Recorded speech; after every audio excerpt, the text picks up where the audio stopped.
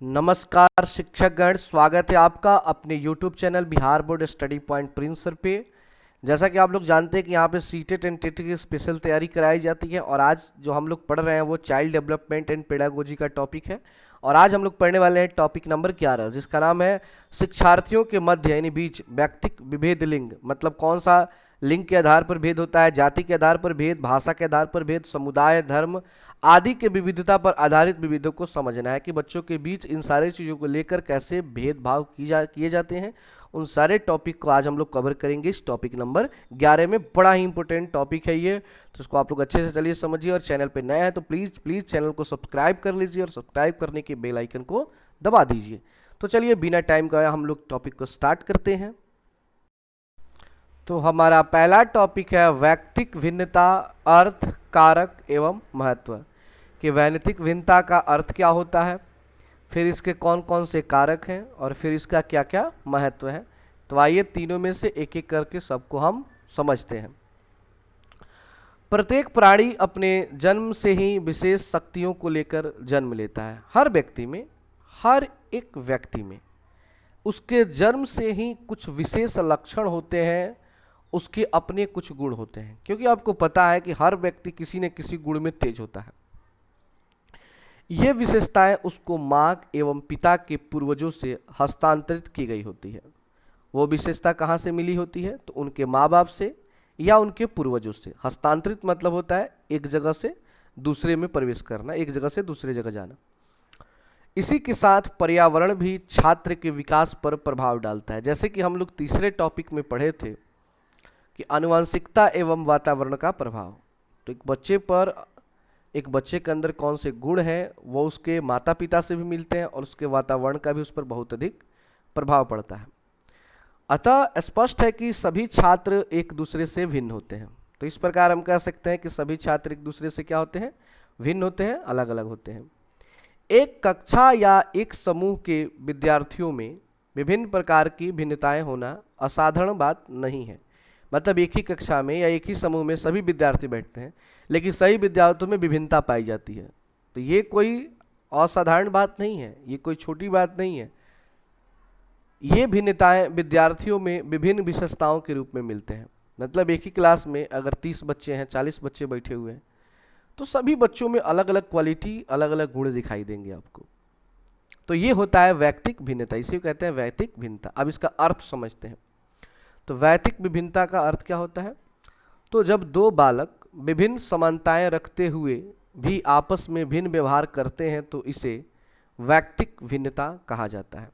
यानी कि दो बच्चे हैं, नाक, कान, मुंह सब चीज एक जैसे हैं, फिर भी इनके व्यवहार में अंतर है, तो यही कहलाता है वैयक्तिक भिन्नता। वैयक्तिक भिन्नता से अभिप्राय है कि प्रत्येक व्यक्ति में जैविक, मानसिक, सांस्कृतिक, संवेगात्मक अंतर पाया जाता है। इसी अंतर के कारण एक व्यक्ति दूसरे से भिन्न माना जाता है। यही सब अंतर है जिसके कारण एक व्यक्ति जो होता है वो दूसरे व्यक्ति से भिन्न होता है, अलग होता है।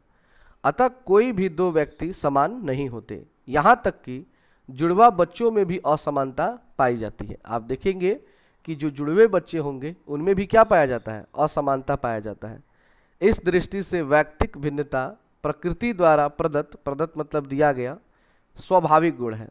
तो व्यक्तियों में, मनुष्यों में जो विभिन्नता है वो प्राकृतिक है, मतलब ऊपर से ही ऐसा होता है, जन्म से ही सब लोग एक दूसरे से अलग होते हैं। विभिन्न मनोवैज्ञानिकों ने वैयक्तिक भिन्नता को निम्नलिखित प्रकार से परिभाषित किया है। तो यहाँ पे दो मनोवैज्ञानिक हैं जिन्होंने वैयक्तिक विभिन्नता को परिभाषित किया है। पहले स्किनर के अनुसार जानते हैं। स्किनर ने कहा है कि व्यक्तिगत विभिन्नता में संपूर्ण व्यक्तित्व का कोई भी ऐसा पहलू सम्मिलित हो सकता है जिसका माप किया जा सकता है। और टाइलर के अनुसार शरीर के आकार और स्वरूप, शारीरिक गति संबंधी क्षमताओं, बुद्धि उपलब्धि, ज्ञान, रुचियों, अभिवृत्तियों और व्यक्तित्व के लक्षणों में माप की जा सकने वाली विभिन्नताओं की उपस्थिति सिद्ध की जा चुकी है। तो ये दो टॉपिक हैं जो मैं बार बार बोलता हूँ, आपको इसको रटना पड़ता है, याद करना पड़ता है, ठीक है ना, कि किसने क्या कहा था, किसके संबंध में, भिन्नता के संबंध में। अब है वैयक्तिक भिन्नता के प्रभावी कारक, क्योंकि मैंने ऊपर ही बोला कि अर्थ जानेंगे, कारक जानेंगे और फिर इसका महत्व जानेंगे। तो अब कौन कौन से कारक हैं जो वैयक्तिक विभिन्नता को प्रभावित करते हैं?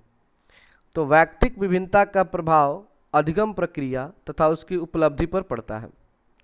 बुद्धि तथा व्यक्तित्व वैयक्तिक भिन्नता के आधार पर है। मतलब हर व्यक्ति में जो बुद्धि और व्यक्तित्व होता है, पर्सनालिटी, वो भिन्नता होता है, मतलब अलग अलग सब में होता है।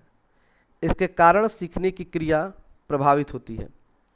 वैयक्तिक विभिन्नताओं के अनेक कारण हैं, जिनमें से महत्वपूर्ण कारक निम्नांकित हैं।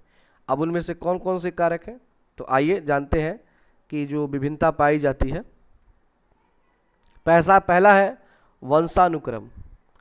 वंशानुक्रम में वे सभी जीन्स सम्मिलित हैं, जो पहले भी हम लोग तीसरे टॉपिक में पढ़ चुके हैं जीन्स के बारे में, जो एक बालक को उसके माता पिता से गर्भ धारण के समय प्राप्त होता है। हर बच्चों में उनके माता पिता के जीन जब माँ गर्भ धारण करती है तभी से उस बच्चे में चला जाता है।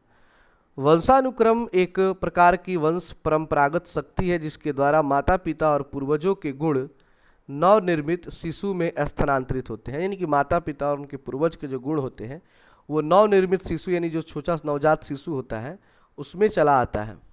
इसमें शारीरिक और मानसिक दोनों प्रकार के गुणों का स्थानांतरण होता है। ऐसा नहीं है कि केवल शारीरिक गुण स्थानांतरण होता है, उसका मानसिक विकास भी और शारीरिक विकास भी उनके माता पिता पर ही डिपेंड करता है। मन भी वंशानुक्रम को व्यक्तिगत भिन्नताओं का कारण स्वीकार करते हुए लिखते हैं कि हम सबका जीवन एक ही प्रकार से आरंभ होता है, फिर भी इसका क्या कारण है कि जैसे जैसे हम बड़े होते हैं हम लोगों में अंतर होता जाता है। आप अपना बचपन का फोटो देखिए, उस समय का चाल चलन देखिए और आज का चाल चलन देखिए, तो काफ़ी अंतर हो जाता है और समय समय पर बदलता रहता है। इसका एक ही उत्तर है कि हम सबका वंशानुक्रम भिन्न भिन्न है।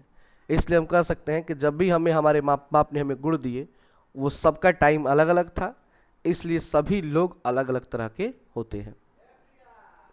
दूसरा प्रभाव जो है वह है वातावरण का, क्योंकि जहाँ पे वंशानुक्रम हो वहाँ पे वातावरण न हो, ऐसा हो ही नहीं सकता है। वैयक्तिक विभिन्नताओं का दूसरा महत्वपूर्ण कारण है वातावरण। मनोवैज्ञानिकों का तर्क है कि व्यक्ति जिस प्रकार के सामाजिक वातावरण में निवास करता है उसी के अनुरूप उसका व्यवहार, रहन सहन, आचार विचार आदि होते हैं। अतः विभिन्न सामाजिक वातावरणों में निवास करने वाले व्यक्तियों में भिन्नताओं का होना स्वाभाविक है। मतलब कि अलग अलग वातावरण में निवास करने व्यक्ति हैं तो उनमें अलग अलग विभिन्नताएं भी पाई जाएंगी। यही बात भौतिक और सांस्कृतिक वातावरणों के विषय में भी कही जा सकती है। वातावरण कारक का शारीरिक और मानसिक विकास दोनों ही क्षेत्रों में प्रभावित है। उपयुक्त वातावरण के अभाव में शारीरिक व मानसिक योग्यताओं का सामान्य विकास संभव नहीं है। यानी जब तक एक बच्चे को वातावरण अच्छा नहीं मिलेगा तब तक उसका शारीरिक और मानसिक विकास अच्छे से नहीं हो सकता है। अतः कहा जा सकता है कि उपयुक्त वातावरण के अभाव में वंशानुक्रम द्वारा प्रदान हुई विशेषताओं का सामान्य विकास संभव नहीं है। भले ही अपने माँ बाप से एक बच्चा बहुत अच्छा गुण लेके जन्म से ही पैदा हो, लेकिन अगर उसको अच्छा वातावरण नहीं मिलेगा तो उसका उचित विकास नहीं हो पाएगा। अब है जाति, प्रजाति और देश, ये क्या प्रभावित करते हैं? तो देखिए, एक देश में रहने वाली विभिन्न जातियों और प्रजातियों में अंतर होता है। एक ही देश में, हमारे ही देश में देखिए, अलग अलग धर्म, अलग अलग जाति के लोग हैं और सब में असमानता पाई जाती है। भारत में आर्य और द्रविड़ों में अंतर स्पष्ट है। जैसा कि अब आर्य क्या है, द्रविड़ क्या है, तो इसी चैनल की प्लेलिस्ट में आप जाके, मैं बोलता हूँ बार बार कि लूसेंट का जो एक्सप्लेनेशन है, तो वहाँ पे जाके आप सिंधु घाटी सभ्यता, वैदिक सभ्यता को पढ़ सकते हैं। उसमें आर्य और द्रविड़ के बारे में पूरा समझाया गया है। इसी प्रकार से हिंदुओं के विभिन्न वर्गों में अंतर स्पष्ट होता है। इन अंतरों पर वंशानुक्रम और पर्यावरण के प्रभाव प्रमुख होते हैं। इसी प्रकार निग्रो प्रजाति की अपेक्षा श्वेत प्रजाति अधिक बुद्धिमान और कार्यकुशल होती है। निग्रो समझते हैं आप लोग, जो काले लोग होते हैं उनको निग्रो कहा जाता है। तो उनसे ज़्यादा बुद्धिमान और कार्यकुशल होते हैं स्वजित, मतलब जो अंग्रेज गोरे होते हैं। अमेरिका में जाइएगा तो ये दोनों हैं, मतलब काले लोग भी हैं और गोरे लोग भी हैं। जैसे कि इसके पहले जो अमेरिका के राष्ट्रपति थे तो वो काले थे, मतलब वो निग्रो से आते थे, लेकिन जो अभी ट्रम्प हैं तो वो आते हैं श्वेत प्रजाति से। वैयक्तिक भिन्नताओं के कारण ही हमें विभिन्न देशों के व्यक्तियों को पहचानने में किसी प्रकार की कठिनाइयाँ नहीं होती है। तो हर व्यक्ति अलग अलग है, जिससे ये पता चल जाता है कि कौन व्यक्ति कहाँ का है। जैसे मान लीजिए कोई चाइना का व्यक्ति है तो उसको देखते ही समझ में आ जाएगा, क्योंकि उसका वातावरण बिल्कुल हम लोगों से अलग है, जिसके चलते उनका आकार, रंग, रूप सब अलग होता है। नेपाल का कोई व्यक्ति दिख जाए तो वो आपको समझ में आ जाएगा। तो हर जगह के लोग अलग अलग रूप, रंग लेकर जन्म लेते हैं। अब है आयु और बुद्धि। वैयक्तिक भिन्नता का एक कारण आयु और बुद्धि भी है। आयु के साथ साथ बालक का शारीरिक, मानसिक और संवेगात्मक विकास होता है। मतलब जैसे जैसे बच्चे का जब आयु बढ़ता जाता है तो उसके शारीरिक विकास, मानसिक विकास, संवेगात्मक विकास होता जाता है। इसलिए विभिन्न आयु के बालकों में अंतर मिलता है। बुद्धि जन्मजात गुण होने के कारण किसी को प्रतिभाशाली और किसी को मूढ़ बनाकर अंतर की स्पष्ट रेखा खींच देती है। यानी बुद्धि जो है जन्म से ही कोई प्रतिभाशाली होता है तो कोई मूढ़ होता है। मूढ़ मतलब होता है मूर्ख। तो वो उसी समय से, बचपन से ही कितने लोगों में पता चल जाता है कि कितना बच्चा बचपन में ही तेज होता है और बहुत बच्चे मंद बुद्धि के होते हैं। तो इससे पता चल जाता है कि आगे चलकर ये बच्चा क्या बन सकता है। फिर है शिक्षा और आर्थिक दशा, मतलब पढ़ाई लिखाई और पैसा रुपया। शिक्षा व्यक्ति को शिष्ट, गंभीर, विचारशील बनाकर अशिक्षित व्यक्ति से उसे भिन्न कर देती है। यानी कि जब आप पढ़ाई लिखाई करते हैं तो आपके अंदर गंभीरता आती है, आपके अंदर शिष्टाचार आता है, आपके अंदर विनय आता है। लेकिन वहीं जब आप पढ़े लिखे व्यक्ति अनपढ़ लोगों के पास जाएंगे तो उनमें और आप में बहुत अंतर होगा। बोलचाल, रहन सहन, हर चीज़ में बदलाव हो जाएगा। तो शिक्षा से ही बदलाव होता है। निम्न आर्थिक दशा अर्थात गरीबी को सभी तरह के पापों और दुर्गुणों का कारण माना जाता है। जैसे कि मान लीजिए कोई व्यक्ति गरीब है तो एक प्रकार का उस पर पाप हो जाता है। गरीबी के कारण ही लोग चोरी, हत्या जैसे जघन्य अपराध को भी गलत नहीं मानते। जो आदमी चोरी करते हैं, मर्डर करते हैं या 2 नंबर का काम करते हैं, गरीबी के कारण करते हैं, लेकिन उनको लगता है कि ये गलत काम नहीं है। उनको लगता है कि इसमें भी तो मेहनत लगता है। मेहनत हर काम में लगता है, लेकिन ये देखा जाता है कि क्या उस कार्य से किसी को नुकसान है। अगर उस कार्य से किसी को नुकसान नहीं है, देश को नुकसान नहीं है, तो अच्छा काम है। अगर नुकसान है तो बिल्कुल गलत है वो।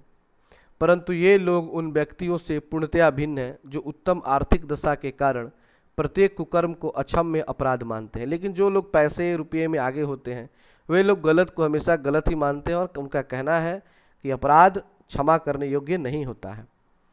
लिंग भेद वैयक्तिक भिन्नता का एक महत्वपूर्ण कारक लिंग भेद भी है। मतलब कि लिंग में भेदभाव भी व्यक्ति को अलग बनाता है।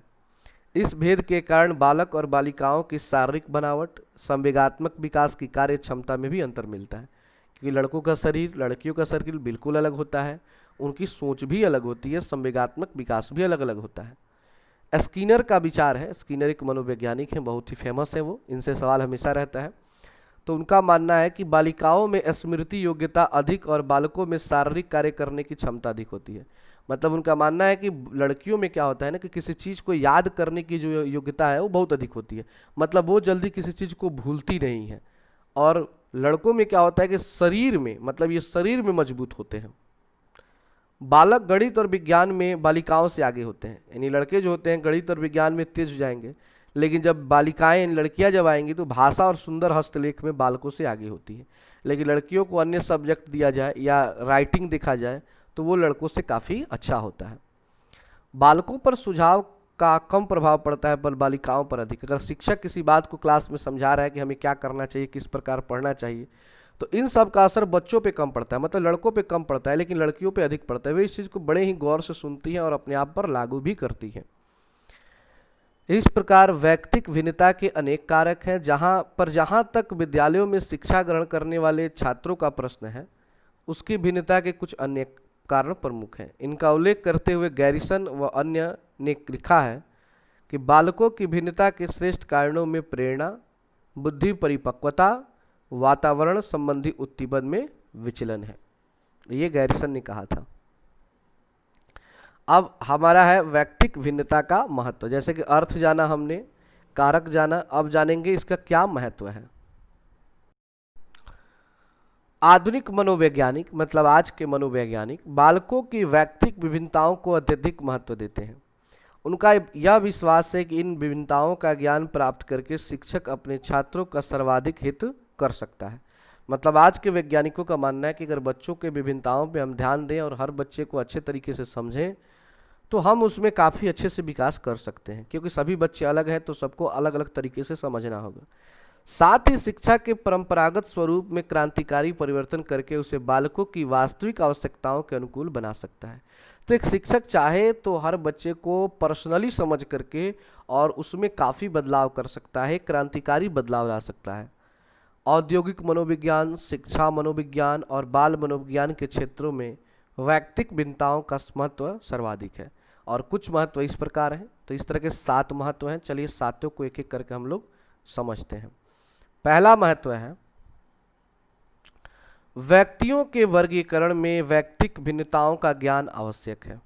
यह वर्गीकरण विद्यालय में विद्यार्थियों का हो सकता है। विद्यार्थियों का मानसिक योग्यताओं के आधार पर वर्गीकरण कर उन्हें यदि शिक्षा दी जाती है तो शिक्षा उनके लिए बहुत उपयोगी हो जाती है। मतलब बच्चों के मानसिक योग्यताओं के आधार पर अगर उनको अलग अलग बांट करके शिक्षा दी जाती है तो शिक्षा काफ़ी उपयोगी हो सकती है। दूसरा है कि अध्ययनों में देखा गया है कि कक्षा में मानसिक दृष्टि से जितनी अधिक समझातीयता होगी, मतलब जितने मानसिक रूप से सही बच्चे अगर एक प्रकार सोचते हैं तो शिक्षा का प्रभाव भी उतना ही समान होगा, उतना ही अच्छा होगा। तीसरा है कि कक्षा में वैयक्तिक भिन्नताओं के अनुसार शैक्षिक आवश्यकताओं की पूर्ति के लिए आवश्यक है कि कक्षा में बालकों की संख्या अधिक से अधिक 20 होनी चाहिए। मतलब कि ये ध्यान रखना चाहिए कि क्लास में एक टीचर हो और उसमें 20 से अधिक छात्र ना हो। कारण क्या है कि अगर कम बच्चे रहेंगे तो प्रत्येक बच्चे पर ध्यान जाएगा और पर्सनली सबको आप अच्छे से ट्रीट कर पाएंगे, अच्छे से उनको पढ़ा पाएंगे। कक्षा में विद्यार्थियों की संख्या कम होने से शिक्षक का विद्यार्थियों से व्यक्तिगत संपर्क व संबंध अच्छा होता है तथा वह विद्यार्थियों से उनके स्वभाव के अनुसार कार्य करवा सकता है। चौथा है कि एक ही कक्षा के बालकों की रुचियों, अभिवृत्तियों एवं मानसिक योग्यताओं में अंतर होने के कारण पाठ्यक्रम का विभिन्नीकरण अत्यंत आवश्यक है। सबको अपनी रुचियों, योग्यताओं और इच्छाओं के अनुसार विषयों के चयन में छूट होनी चाहिए।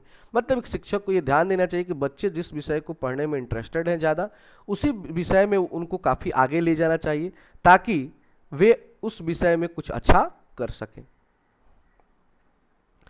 पांचवा है कि व्यक्तिगत भेदों के कारण सब बालकों में सामान्य कार्य की समान मात्रा पूर्ण करने की क्षमता नहीं होती। मतलब सही बच्चे एक समान नहीं पढ़ सकते हैं। अतः गृह कार्य देते समय बालकों की क्षमताओं और योग्यताओं का पूर्ण ध्यान रखना आवश्यक है। इसलिए आप जब भी बच्चों को होमवर्क दें तो ध्यान रखें कि ऐसा तो नहीं कि केवल तेज बच्चे ही बना सकते हैं, बाकी सब बच्चे ना बनाएं, क्योंकि ज़्यादा सवाल देखेंगे तो बहुत बच्चे होते हैं जो नहीं बना पाते हैं। आप सोचते हैं कि छोड़ो उतना भी नहीं बनाएंगे तो भी पिटाएंगे, 2 छोड़ेंगे तो भी मतलब पिटाएंगे, ऐसे बच्चे सोचते हैं। लेकिन ये तो आपकी बहुत बड़ी गलती है कि बच्चों को आपको पीटना ही तो दिमाग से निकाल ही दीजिए। हर तरह से आप गलत काम करेंगे अगर बच्चे को सजा देते हैं तो आप उसको समझिए और बार बार प्रयास कीजिए कि बच्चा अच्छा करे। तो इस चीज़ का ध्यान दीजिए कि ज़्यादा होमवर्क ना हो जाए कि बच्चे ना कर पाए। 6 नंबर है कि वैयक्तिक भिन्नताएं लिंग भेद के कारण भी पाई जाती हैं, जिससे बालक बालिकाओं के रुचियों, क्षमताओं, योग्यताओं, आवश्यकताओं आदि में अंतर होता है। जैसे जैसे वे बड़े होते हैं वैसे वैसे अंतर अधिक स्पष्ट होता है। अतः प्राथमिक कक्षाओं में उनके लिए समान पाठ्य विषय हो सकते हैं, परंतु माध्यमिक कक्षाओं में इन विषयों में अंतर की स्पष्ट रेखा का खींचा जाना आवश्यक है। शिक्षक और माता पिता को इन अंतरों को ध्यान में रखकर बालक बालिकाओं को सिखाना या प्रशिक्षण देना चाहिए। मतलब शुरुआती में सभी बच्चे तो एक ही जैसे पढ़ते हैं, चाहे वो लड़का हो या लड़की, लेकिन बाद में चलकर जैसे वो मिडिल क्लास में जाते हैं उनमें अलग अलग विषय को लेकर अलग अलग रुचि पैदा होने लगती है। तो इसलिए शिक्षक और गार्जियन को ये ध्यान देना चाहिए कि बच्चे किस विषय में अधिक रुचि लेते हैं, उन्हीं के अनुसार उन्हें शिक्षित करना चाहिए। और लास्ट है 7 नंबर, इस प्रकार स्किनर महोदय के अनुसार उद्योग के क्षेत्र में भी कर्मचारियों के चयन में व्यक्तिगत भिन्नता का अध्ययन आवश्यक है। यानी किसी उद्योग में आप किसी कर्मचारी का चुनाव करते हैं तो उनमें भी विभिन्नता पाई जाती है, वे लोग भी समान नहीं होते हैं। इसी प्रकार कर्मचारियों के प्रशिक्षण कार्यक्रमों और स्थानांतरण के समय में भी वैयक्तिक भिन्नता का ज्ञान आवश्यक है। तो इस तरह हमारा ये टॉपिक समाप्त होता है। फिर मिलते हैं इसके अगले टॉपिक नंबर 12 में। तब तक के लिए नमस्कार। चैनल पे नए हैं तो प्लीज़ चैनल को सब्सक्राइब करके लाइक वाला बटन प्रेस कर दीजिए।